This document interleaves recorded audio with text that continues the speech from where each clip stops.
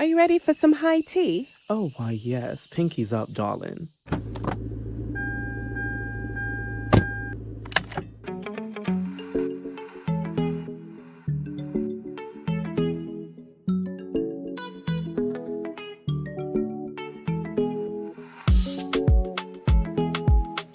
Alrighty, guys. Good morning, good afternoon. Welcome to a very special episode of High Tea. I'm here with my host, Lil Rob. All right, hi, hello. How do you do? Yes. So, hey, guys. Welcome back to another episode of Passenger Seat Parlay.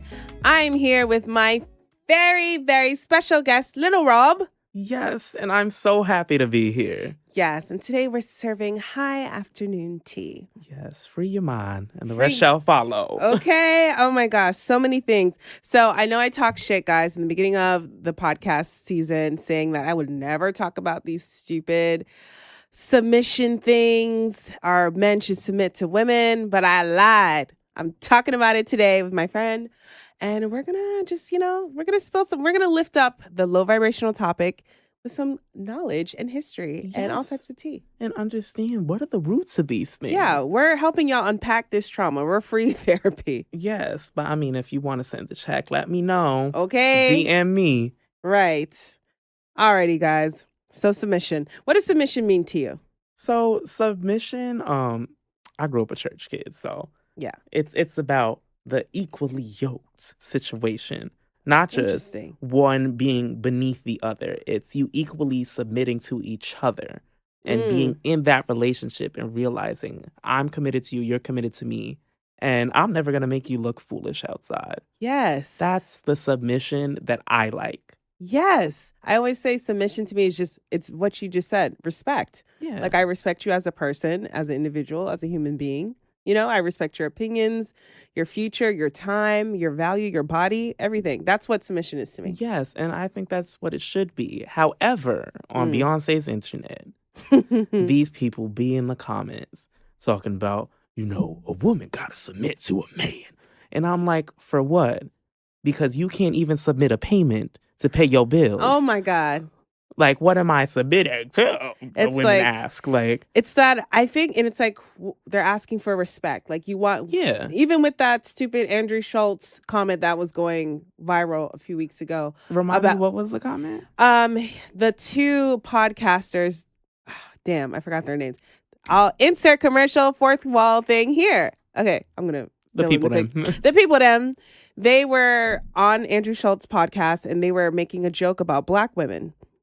Saying who do you like dating better, Black women or white women? And then the guys, they got nervous and they're what, do you like your girlfriend to yell at you? Just kind of like painting Black women as being aggressive. Which is so annoying. Yeah, and it's just like, okay. And then they're like, oh yeah, because they didn't outrightly say like no or divert the question. They were like, oh, you didn't stand up for Black women. Like, Black women have been mad at, and everyone issued out their apologies and Andrew Schultz doubled down on the bullshit. Because if someone asked you that, you should have a clear answer. Right. Do you fool with Black women or not? It's a yes or a no. Yeah. And if it's a no, then stand on that. Exactly. And I feel like these Black men and, the Manosphere and the Kevin Samuel disciples, they're always saying how women should submit because really they want respect, right? Yeah. And it's like, we need to unpack the history. And I understand wanting respect, and the history behind it is because a lot of times when we walk outside, we might have not received that respect. So thus when we come to the home, where like, at least in this sphere, I can rule and dominate. Yeah. But times are changing, and we have to realize that. Yes, it is still hard for us out there, but it is not the same as what our grandfathers might have lived through. Yeah. And we need to understand that women bring something to the table. Yeah. And why must they submit to you when they're also working all day? Yeah. And doing the same things you do? Like the whole debates of, I want a hot dinner done when I get home. Yeah. Brother, you get home first. Right. Her commute might be longer. Start cooking something. The Lord gave you two hands. Use them. Yeah, absolutely. I definitely feel like, and especially that's a whole nother topic, the 50-50 thing. Yeah. Like I feel a lot of women nowadays are like, okay, I'm not going to submit to you because they feel, honestly, it boils down to respect. I don't respect or trust your judgment to lead me to a direction where I won't get hurt. Yeah. I think that's something that needs to be addressed. Like if I, for instance, in my example, I realized that I was unable to submit to my boyfriend in certain acts to my ex-boyfriend to certain aspects because I just didn't trust his knowledge about things. Like I didn't trust you to handle our finances. Like I would want to take that over. I don't trust you to make sure the household things are being done. I would take that over. And so when I that's was doing way respectable. too much, I was just like, I started transitioning into some quote unquote alpha female where I'm like, okay, I'm treating him like he's like my brother, like my annoying little brother Yeah. versus my man, my partner. So I'm just like, okay, in that instance, it's like, okay, obviously he didn't check certain boxes to where I would show him respect in this area. Like I honored his leadership. Yeah. Because at the end of the day, women, we are tired. We do so much as a Black woman at that. We have to do so much in every aspect. We can't be too loud, can't be too aggressive because then we're seen a certain way. But then if you're too quiet, then you have an attitude and Yeah. you're labeled things. And Yeah. it's like, you could never win. Yeah. Or if I'm usually extroverted, but I'm having an introverted day, something's wrong. What's going on? Mhm. So it's always a challenge. And just to come home and be challenged too. And it's just like, come on, guy. Like, it's really unpack. What's going on? Why do you feel like you're not respected? And I always say, evaluate their relationship with their mom and the women in their lives. Yo, that's the real thing. Okay, that's the real tea. Because some of these men, their mothers glorified them and deified them. Or were very cruel and not nurturing. Yeah, so it's like either side can lead to such different results. Because the ones who are deified, they think you need to worship the ground they walked on. Right. And then the ones who never received that love, they don't know how to navigate certain spaces with you in a relationship. Yeah. The emotional intelligence. Yeah, the emotional intelligence is completely gone. But it's also not your job to teach a grown person to do that. And as an educator, do you feel like there is a significant difference? I think I asked you this before, between having a male and a female energy presence in the home when you have children? Definitely. And I see it with kids. Yeah. How they are different. I notice a lot of our boys who have very nurturing mothers and who grow up in a female dominant space. Yeah. Are so kind to the female students in there. Yeah. You know, they're the ones who are like, hey, do you need something? They're opening a door, they're pulling out a chair. And I love to see that. Yeah. And then I see girls sometimes who might not have male figures in the house and see how much they beg for that attention in the school building. How so? A lot of times with their male counterparts in class. Like recently I had to tell a young lady to stop begging for attention from one of her male classmates because he's not giving her the time of day. And every day she's doing kind things. And it's like, you don't have to work for that. If people like you, they will like you. And you see that how they attach to the educators as well, the boys and the girls. There's certain boys who will really attach to their male teachers. Why? Because they want a father figure. Oh, yeah. Or sometimes they'll attach to the female teachers. Why? Because they need that nurturing energy. Yeah. And for our girls, you know, if they're attaching to these male teachers, like they just see them in a great light. They also want their father figure. Yeah. And we see that play out all the time. So home lives really affect kids when they go to school. Yeah. And for two-parent households, that could go anyway sometimes. You can have really great parents. Yeah. But you step into a school space and you see someone who's different from your parents. Yeah. And you're like, I just want to learn about you. Yeah. And I want you to teach me a different part of life. And I've seen that so many times. Yeah. And what's your experience with having children in like a same-sex parent household? Do you notice any behavioral differences there? In the feminine, masculine energy. I don't see much of a behavioral difference. I just see for those children, they're so emotionally intelligent. I believe it. Especially the two mom household kids. Those kids. Okay, the women raise the children. Come on. They be teaching me. I have to sit down and be like, you know what? I need to check my emotions at the door as well. Thank you. Yeah. Because their moms just teach them everything so well.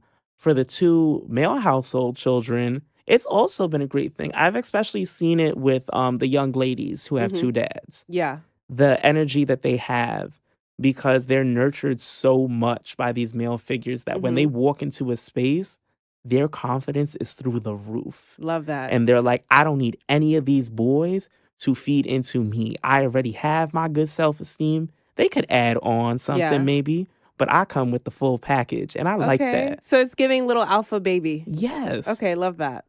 What's your feeling about alpha and beta culture? Oh, child. I just think that this is a stupid social construct sometimes. Very much so. Because I'm like, people are so complex. You can't categorize them into just those two things. Yeah, it's a level. It's a shift. You shift between in and out. Like you were saying before, like you might be alpha in some areas. Like you the financial queen. Right. And then he might be more alpha in other circumstances. He's building shit. Oh, building stuff. See, okay. I'm not an alpha in that. That's not my ministry. Right. I'll call somebody to build something. I got you. Because you got the money. I'll donate to the cause. Right. But that's not my ministry, and that's cool. But I could still be an alpha male in other aspects. I could be there to be the sound mind and make decisions. Yeah. So guys, I have a theory of what the quote unquote alpha male is. I was telling Rob a little bit offline, but if you go back to Alvin and the Chipmunks, the three brothers, right? Mm-hmm. And I like to think of them also, and there's a podcast episode going out, to split the personality, the ego. You have the id, super ego, and the ego, right? Yes. So Alvin is obviously seen as quote unquote the alpha. His color is red. He's you see me up front. He's the loudest. He's the athletic. He's the jock. He's the guy doing quick schemes, always getting everybody in trouble. Then you have Simon, who's the quote unquote beta, who's introverted. He's into his science. He's into his craft, his passion. He's very much so, like, he's more so Omega to me. Like, lone wolf, doing his own thing.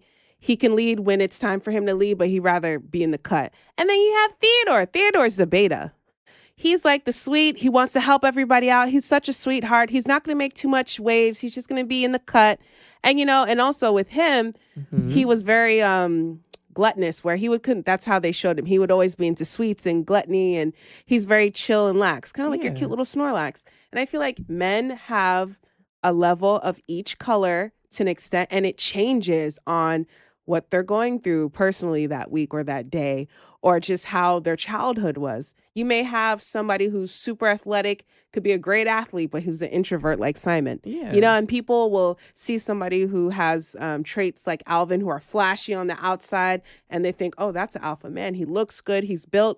But like, he may not even know how to balance a checkbook. Exactly. Or he's probably never even taken care of himself, like been to a doctor and do blood work, little things like that. But he looks like an alpha. And people, I feel like, are so obsessed with what they think an alpha looks like versus learning what an alpha thinks like. Yes. What's an alpha mentality? Because it's really in your mindset. And like I was telling you offline too, for women, I often like to use the girl group example. Yes. Especially the trios. Yes. So, if you think of Destiny's Child, there's the Beyonce, the Kelly, and Michelle. They're all needed, though. Yes. And that's the thing, because they each serve a different purpose. And within people, you could have all three energies. You could have that leadership like Beyonce.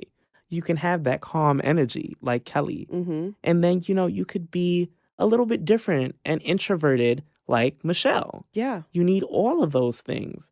And I love the girl. You don't always have to be the Beyonce. You don't have to be the Diana Ross. It's a lot of pressure up there front. Sometimes you want to be one of the Supremes. You could be Mary Flo. Okay. It's cool. A little doo-wop in the back. Exactly. A doo-wop pop chick like Tamar used to say. Okay, doo-wop pop.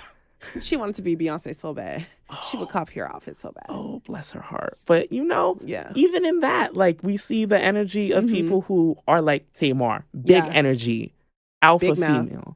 But behind it, we see she also has layers. And it's so important that when we look at people, we're not only seeing them for face value. She might be popping her gums and saying .com and all this stuff. Child. But behind that, she's also a highly intelligent businesswoman. Yeah. We see that she's going for a singing career that she was able to sustain. And she has a family. So these are layered people. So this whole alpha beta thing don't really work for me, because the complexity of the human loved mind. her too, and she left Vince, and she's been struggling ever since. But God bless her. I always think that. Bless her heart, Tamar Epstein Braxton. Okay, and just to go touch on feminine and masculine energy again, I feel like a lot of people get confused between feminine, quote unquote, and masculine energy versus feminine and masculine sexuality. when it comes to How so? like, for instance, you have young boys, right? Mm-hmm. When they say like you have a young boy who say he doesn't want to play with the what are the things that little boys play with? Like with the monster trucks and stuff like that. But he rather play with his sister's kitchen and he's cooking set, right? Yeah. They're saying like, oh, they're trying to catch like, oh no, that's gay, or he's too feminine, right? Yeah. But I'm like, you guys are seeing it from like a subservitude, a sexual thing sometimes. Yeah, because there's so many male chefs. Thank you. But I'm like, when I think of feminine, we all have feminine and masculine energy. When I think of feminine energy in men, I think of how I see like men and their pets. Come on now. Yo. It's nurture. A man with a dog. That's nurture. That's a feminine and trait. It's so beautiful to see. Exactly. That's a feminine trait because you'll see like the biggest, broliest, manly man chopping wood. But as soon as their dog's paw has a little something, he's about to weep in the vet because he loves his pet. That's his feminine nature. Mm-hmm. That's his feminine and my question energy for you then, to nurture. What really defines femininity and masculinity? Who really made these definitions of what it is? Man. Could it not just be energy?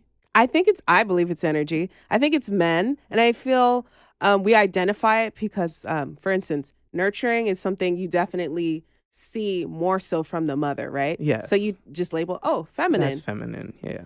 Now I'm trying to think masculine. When I think of masculine, I think of being able to build things and like have the durability of strength. Yeah. Right? Like can lift me up. But then also women are very masculine when they give birth. Yeah, because you need strength to carry a child and push them out of a 10-centimeter hole. And I think also like to provide and protect too. Obviously, men will provide and protect you in a fight, in a war, but sometimes some women don't have that person. They have female warriors. Themselves. Yeah, they tap into that masculine Queen energy. Queen Nzinga, like, come on. Okay. Women can fight. Thank you. Lead. And I know, please bless him with that history. You know, them African Zulu women, they was out there fighting too. They tapped into their masculine energy. And that's why I was asking, like, what really defines masculine and feminine? Because I think personally, it's just a Western mindset of what they decided for us a long time ago of what a man should be like and what a woman should be like. I think what determines it is your chromosome. And I'm going to just keep it at that. Yeah, that's a different one.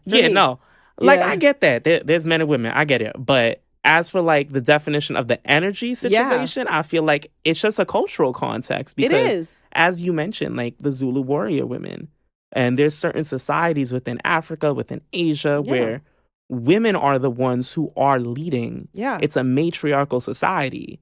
So, like, they come over here, per se, they would be seen as masculine. So I just think it's really about the cultural context of what each culture defines as what a man should do and what a woman should do.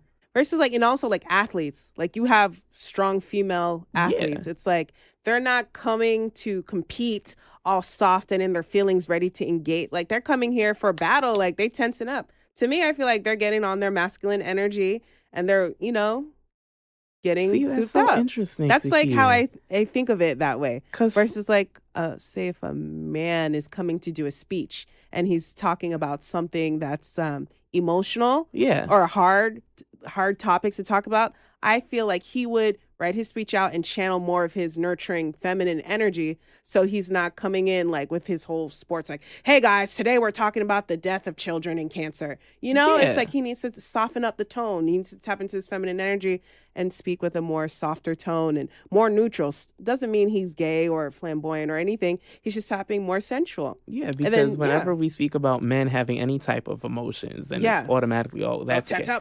And, like, there's just so many things, especially on the internet space, of, like, all the things men can't do. Yeah. That list be growing. I'm like, a man can't order fajitas at a restaurant. He can't have a birthday party with candles on the cake. Like, there's such a list. And I'm like, who all is doing this and creating these definitions? Yeah. Because, like, I always think from that historian mindset, like, who made the narrative? Yeah. And who's making the story? The boys' trips, they have to be all like, oh, we're fucking bitches. Like, no. Y'all could take pictures and do all the things that girls do. Turn up. Exactly. You could go on a beach, have some mimosas too. It's cool. There's no gender attached to the drink. Okay, and it's a things vibe. Be good because I don't know how y'all wouldn't be doing that at 2 in the afternoon sometimes. I don't know. Bottomless mimosas. I can't. Not with my new stomach, child. I can't do it. Listen, because y'all be outside. And I cannot keep up with some of y'all. Yeah. Sending you up texts at 2 p.m. I'm like, is everything okay with y'all? But I love my homegirls because y'all. I'm in the house. I'm not married, but I'm in the house. Yeah, but for my homegirls who be outside, listen, that big feminine energy, I guess. Okay. And I love to see it. Right. So that's just a little touch on the feminine and masculine energy too versus sexuality. Because I'm like, when they think feminine, they're like, oh, like when they give, say men, oh, he's flamboyant because his pitch or he talks too much or too high. I'm like, there's a difference. Like not everything, especially when you see it in children, it's like not everything feminine and masculine, quote unquote, that means homosexuality. Yeah, it doesn't need to be sexualized. Yeah. And it's like y'all are out here giving the babies labels before they even know themselves. Because to be frankly honest, the whole sexuality thing, if you like whatever gender you like, that's your sexuality. Are you trying to do something with somebody? That's the definition of sexuality. All the rest of the stuff around it is more so I'm learning from the kids. So gender identity and all that stuff of like what it means to act like a boy, act like a girl, act like there's other spectrums now that I'm learning about. So all of these things are very new to me, but I'm always willing to learn. Yes. And I hope someone listening to this will DM me. I need to know when the LGBT flag switched from the rainbow to the new with the triangles on the side. Oh, I can give information on that. Me. Because history. So it's about including BIPOC people. So Black, Indigenous people of color.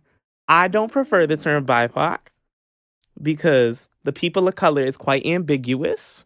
Yeah. And people of color has always been ambiguous to me. What do we mean? Of what color? Because we're not all united sometimes. Cough Asian community. But that's what it really came from, engaging that history in it, because when looking at the flag or looking at those movements, it was led by Black and brown people initially. Shooting. I wish I was more informed on the exact names of people and everything, but especially in New York, we see that it was Black and brown people starting these movements. So it honors that and it creates a more inclusive space because in some of those spaces, they're heavily white. Very true. In a lot of spaces they are. And just thank you for that, because I've been wanting to have an episode to talk about it. I'm like, I'm an ally. I'm here to support. You like what you like. You like it. I love it. Period. That's just how I am. That's it. That's your business, baby. Like, you want to do what you do, lovely. And I think that's how everyone should be in life. If you don't like something, don't do it. Period. As long as you're not hurting folks. That's all I care about. That part.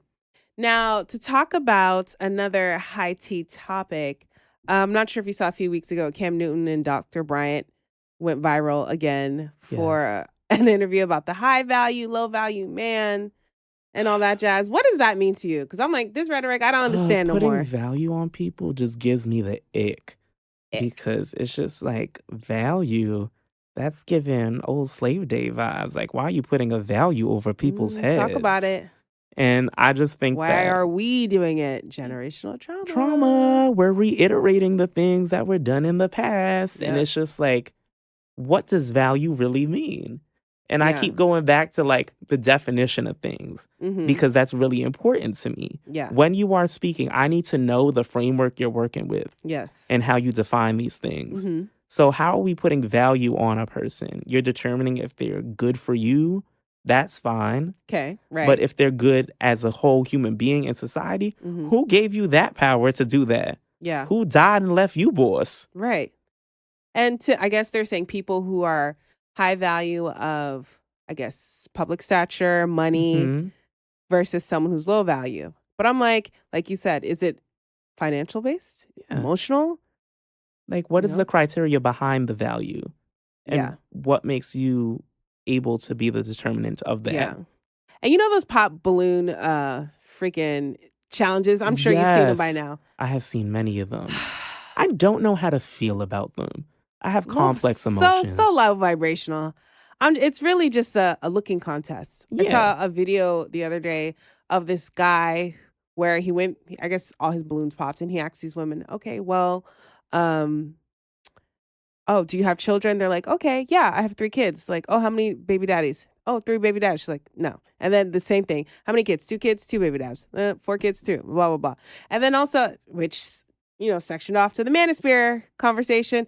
That's these low value women are looking for these high value men, and they have all these kids and these burdens. And it's just like, they will devalue us because, and I think about the biblical times, right? Remember when they used to trade us for land and things? Virgins went at a high price. A lot of people are not getting married or coming into relationships as virgins anymore. That's not on trend. And some people are having kids prior. Some are having multiples. So you also have that generation that are also saying, I have these kids and I have a lot of baggage, quote unquote, but they want a man who's making 6 figures, who could take them out to eat. Remember that? That was in the mid 2010s into now. Yes, that was really big. They're going out for just a free meal. But I'm like, and people would say these type of women are low value women, or you know what I'm saying? Versus the girls who are all about aesthetics. All my Instagram are pictures of vacations and just pictures of me in bikinis and stuff like that.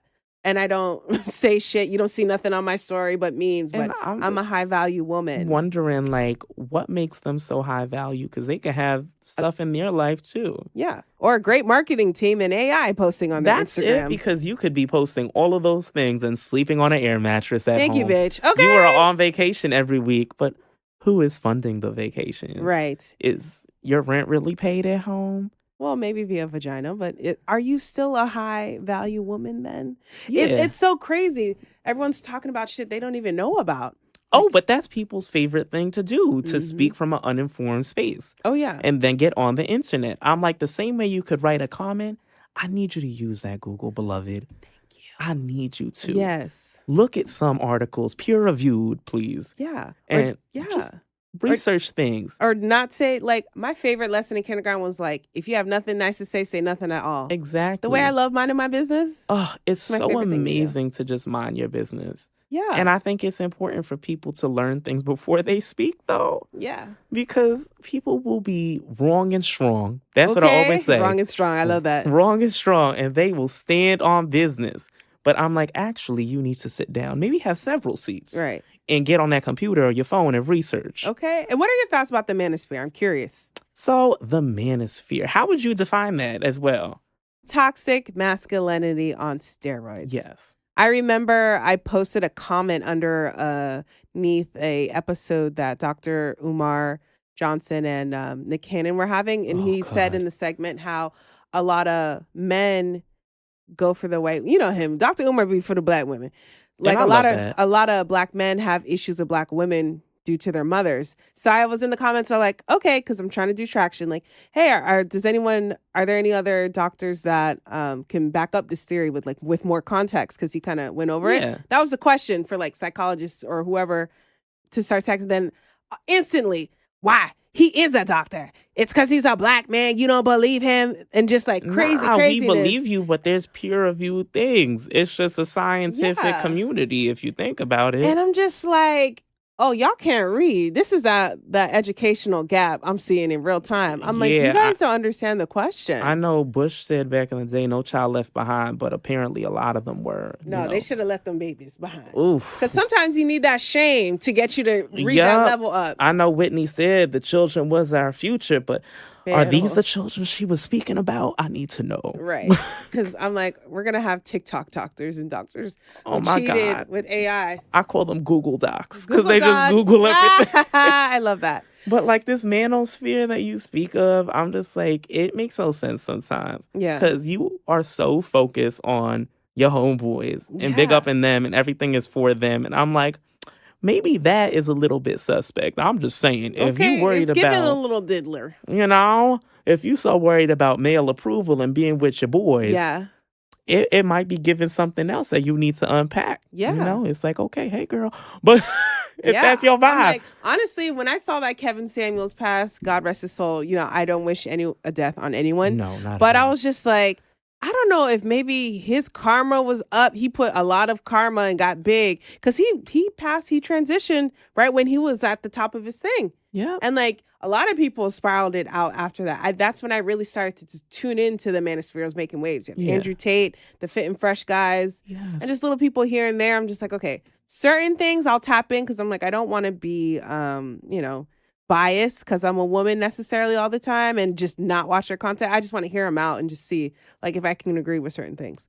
Like certain episodes where they talk about like finances. Yeah. I agree with. It's just when they talk about women, I'm just like, it's like you treat us like a monolith and you group us all in. Because not every woman is a gold digger or is looking to see what you can give me. I'm going to give you. You know? That's just their lack of emotional intelligence. Yeah. Like who hurt you?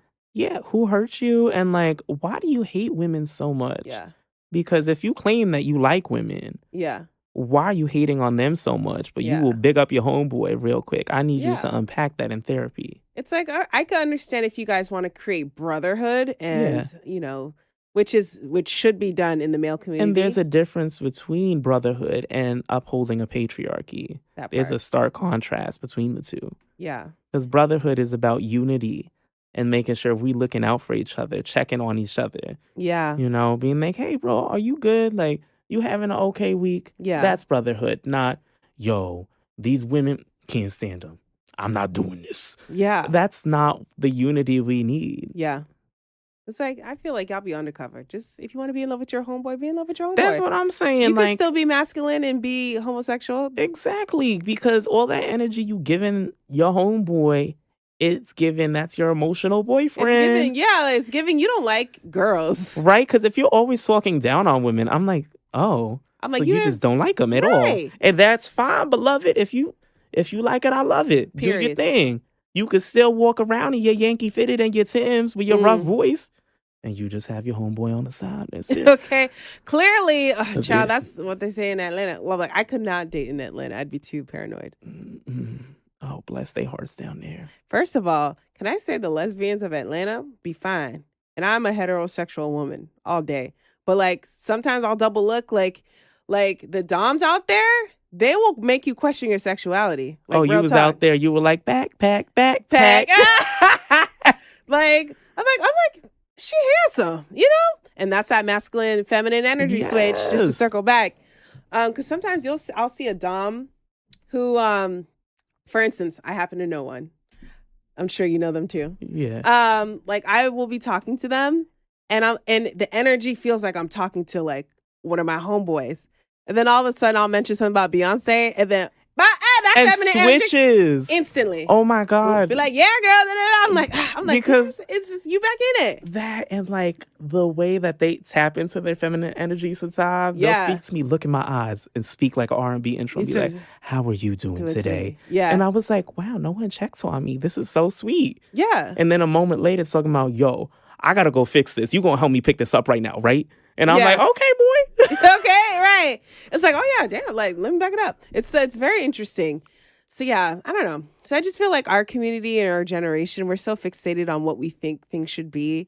And we're just following social media. But really, I just feel like we're all at one level, but the puppet strings are somewhere else. Yeah. While everyone's chilling, having mimosas. And I feel like a lot of these conversations are so fictionalized because no one's really speaking about this in real life or thinking about it. They just be on their phones talking about this and engaging in it. And then, like, we keep talking and explaining what we think things are, but where's the counseling? Where's the change? Where's the deep diving into the psychology of figuring out, why, quote unquote, women stop submitting to men? We got the Reaganomics. I'm sure there's plenty of historical American factors that jumped in there. Well, especially speaking in the context of the Black community, Black women have always had to work and do things. Because, the whole feminist movement, it was a white feminist movement at the time. Mm-hmm. If you want to read about some Black feminism, you can read one of my pieces. I'll plug that. But, Black women have always had to be strong. Yeah. And because of that, people want to say that y'all are masculine and you're not feminine. But you can be, like I like to call, soft and pink. Mm-hmm. And enjoy certain things and be taken care of. Yeah. But historically, Black women have had to hold things down. That's true. Because our country and other countries have destroyed the Black family unit often. Yeah. And when we look at even before Reaganomics, Lyndon B. Johnson, when he was instilling certain welfare programs, one of the big things was there can't be a man in the household anymore. And why is that? Yeah. You know, sometimes a brother needs help. Yeah. And he has his wife and kids. Mm-hmm. And that was another chip away at the Black family. And women have they wanted to get the men out of there. Hold things down. And that's why we have WIC, women, infants, and children. Because it's picking away, once again, at the family structure. And placing women in this thing of, I have to be strong. Yeah. But there's so many women that I know, it's like, sometimes I want to be taken care of. Sometimes I just want a moment to be doted on. Yeah. Quick question, just to circle back on that law. Is that still in effect if people receiving certain services, they can't have a male present in the home? Is that over? No, that's been pretty much instated. And there was even stipulations on that if you look at the Clinton administration in the late 90s, where women, in order to receive these benefits, have to work, because I don't want people thinking that if you receive welfare or food stamps that you're just sitting at home. You have to work for those things. So then women also have to be back again doing everything. And it's just this cycle of women have to do everything. So this concept of a welfare queen, like Reagan used to say, it's not a thing. Women have to do everything. We do. And it's like, damn, y'all must be tired. And you know what's crazy? Just to close out on a woman's worth, just to touch on it, you have like women, we go through puberty, right? Yeah. And then now we have our babies, we give birth, we're taking care of it. And then after our kids are grown and off in college, boom, with the menopause, and we go through another physical thing. It's like women are working in working day life, and also our bodies and our minds are going through changes at the same time. I don't know how y'all go to work and do things during that time of the month. Y'all got cramps and more things for our women with PCOS. You're struggling even more. Yeah, and the older we get, it gets more intense for some people too. At this point, I'm like, we need to call out. Have you ever seen videos with the period simulators where they put the thing? That shit's real. I can't imagine that. Women are very strong. That masculine, feminine energy. Let me get a little stomach ache though. I'm like, take me to the king. I'm gone. Okay. I need to lay down. That endurance and that strength that women possess, just on a mental and a physical thing, it can match. Yeah, and that's why I was pushing you to think that feminine energy, it can be strong. Yeah. Because women are strong. Very much so. The things that y'all go through every month, every day, that's feminine energy and it's strength. Yeah. So yes, being soft and pink is real important too, but that strength can define womanhood as well. And on that note, everyone, that was High Vibrational Tea. High Vibrational, yes. Please be in touch and tune back in to Passenger Seat Parlay featuring my guest host, Lil Rob. Yes, can't wait to see y'all again. Bye. Bye.